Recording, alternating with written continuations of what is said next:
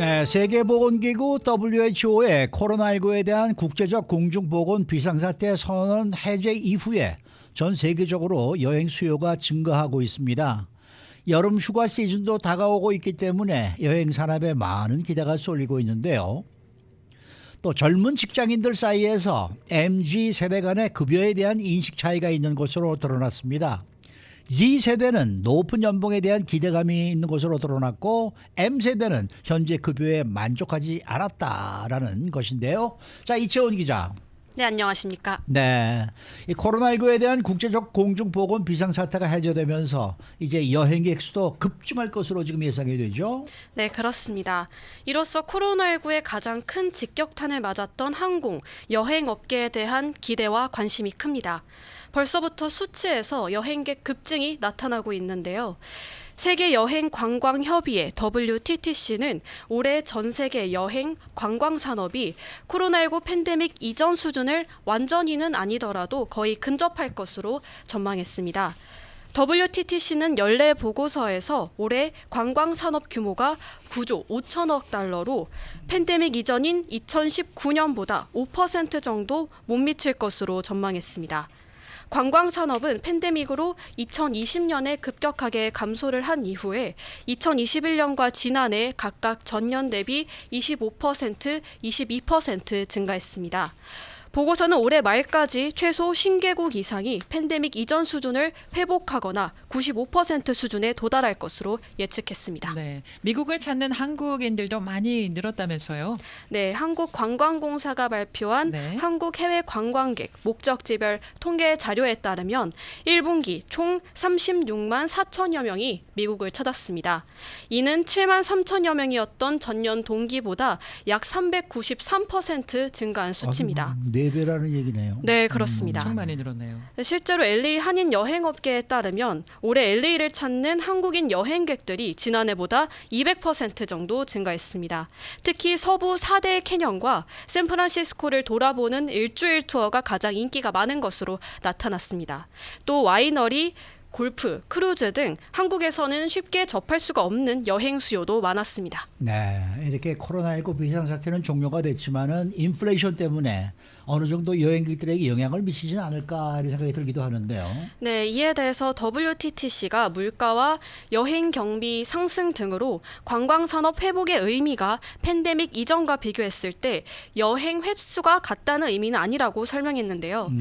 여행 리스크 정보 제공 기업 리스크라인은 올해 들어서 항공 운임과 숙박비 상승, 지정학적인 혼란, 그리고 기업의 지속 가능성 관행 등의 영향으로 심각하게 제한될 것이라고 예측했습니다. 하지만 모닝 컨설트는 한국과 서유럽을 중심으로 전 세계 여행 수요가 증가하는 추세를 보인다고 말했습니다.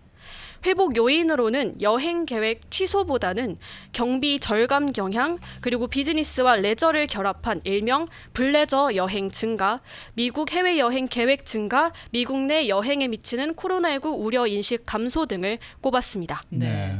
또 새로운 변화가요. 최근에는 항공사들이 비즈니스하고 퍼스트 좌석에 대한 수요가 늘어나면서 좀 고급화의 승부수를 던진다고 해요. 네, 맞습니다. 최근에 저렴한 이코노미석이 아닌 네. 고가의 비즈니스와 퍼스트 좌석이 먼저 만석이 되는 등 럭셔리 여행 수요가 늘었는데요. 코로나19로 인한 봉쇄령을 참았던 소비자들이 고급 시계와 고급 차, 고가 부동산에 이어서 항공기 1등이나 2등석에 눈을 돌리고 있습니다. 항공사들은 이러한 여행객들의 보복 여행 특수를 노리고 있습니다. 글로벌 항공사 단체 IATA는 올해 2월 프리미엄 승객 수가 2019년에 86%까지 회복이 됐다고 밝혔습니다. 반면 이코노미를 포함한 전 좌석의 예약 확보율은 81%로 집계가 됐습니다.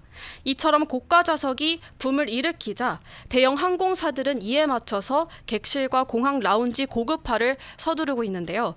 델타 항공은 올 여름까지 모든 항공기에 프리미엄 좌석을 장착하겠다고 밝혔고, 유나이티드와 아메리칸 항공은 새로운 비즈니스와 퍼스트 클래스 객실 도입을 발표했습니다. 아메리칸 항공은 올해 1분기 퍼스트 비즈니스 프리미엄 좌석 매출이 2019년보다 20% 증가했다고 밝혔습니다.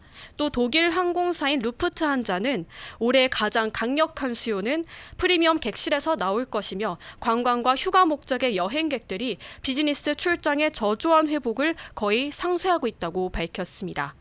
인플레이션이 지속이 되면서 프리미엄 좌석 수요가 이어질지에 대한 의문이 제기가 되고 있지만 델타 항공 CEO는 한번 프리미엄 좌석을 타본 사람은 다시는 돌아가지 않는 경향이 있다면서 고급화 트렌드를 확신했습니다. 이건 맞는 얘기예요. 그래요. 네. 저 안 타봐서 모르겠습니다. 한번 올라갔다가 내려오기 참 힘들거든요. 여행 수요가 늘어난 만큼 항공권의 이 가격도 상당히 비싸지고 있는 것 같아요. 네, 맞습니다. 특히 미국발 유럽과 아시아행 항공료는 5년 내에 최고가에 이르렀습니다. 여행 수요는 늘어났지만 부족한 승객 수용량과 항공유 가격 인상이 문제였는데요. 한국 국적기에 미주 노선 항공권 가격도 치솟았습니다. 6월에서 7월 성수기 LA 노선 왕복 일반석이 $3,000를 넘나들고 있습니다. 와우. 동부 지역은 더욱 심각했습니다. 애틀란타 노선의 경우 직항 기준 가장 저렴한 일반석 왕복 항공권이 $3,800를 넘나드는 것으로 나타났습니다.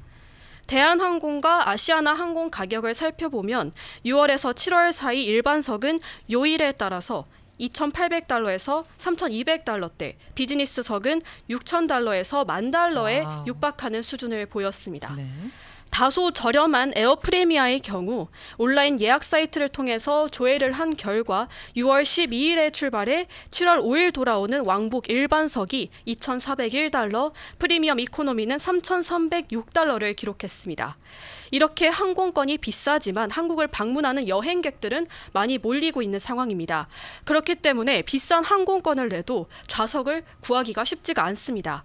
한 항공사 관계자는 항공권이나 호텔 등은 예약률이 높아짐에 따라서 가격이 올라가기 때문에 가급적 서두르는 것이 절약하는 지름길이라고 말했습니다.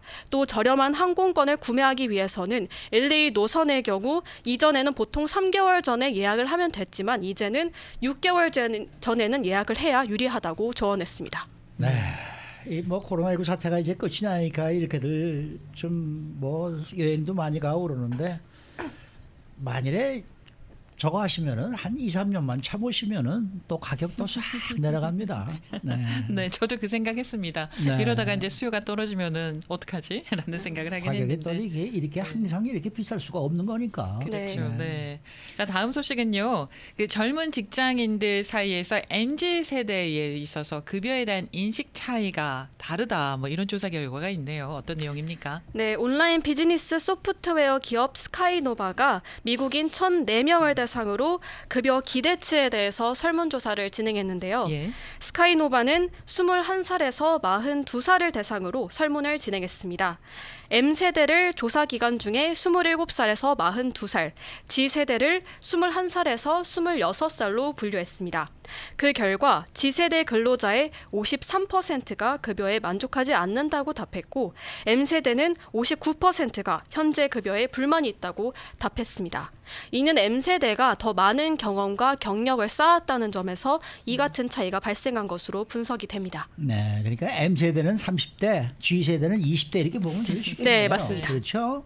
이 MZ 세대들의 성공의 촉도가 되는 급여는 어느 정도였습니까? 네, 자신이 성공을 했다라고 느낄 정도의 연봉은 G세대의 경우 거의 $12만 5천 답했고 M세대는 $12만 1,000가 필요하다고 답했습니다. 네. 평균적으로 두 세대 모두 희망 연봉은 $7만 1,000에서 $8만 사이인 것으로 나타났습니다. 성공의 척도가 되는 급여에 대한 MZ 세대 간의 차이는 G세대가 자신들에게 더 큰 기대치를 갖고 자기 능력에 명확하게 정의된 가격표를 붙이는 경향이 있기 때문으로 분석이 됩니다. 인재 개발 회사 리이매진 탤런트의 공동 설립자 첼시 윌리엄스는 G세대의 급여에 대한 높은 기대가 코로나19 팬데믹 전염병 사태와 인플레이션의 경제적 영향이 복합적으로 작용된 결과라고 말했습니다. 네. 한 가지 흥미로운 부분이 있네요. 이 Z 세대들은 변호사직에는 관심이 없다라는 결과가 있네요. 네, 그렇습니다. 설문조사 결과 G세대의 88%가 직업으로서 변호사에는 관심이 없는 것으로 나타났습니다. 네. 미국 내 대부분의 젊은 변호사 연봉은 거의 15만 달러에 달해서 이들이 성공했다고 여기는 12만 5천 달러를 상회를 하는데요.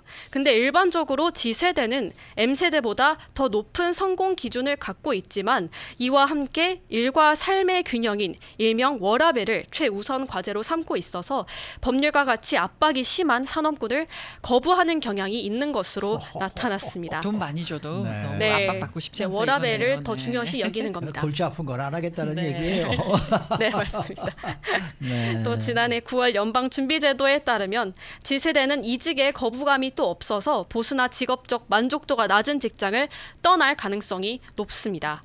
앞으로 MZ세대의 노동시장 비중은 더 커질 만큼 전문가들은 기업들에게 이들의 유형을 잘 파악을 해서 인재를 유치하고 도전과 발전을 통해서 가치를 함께 창출하도록 하기를 권고했습니다. 네.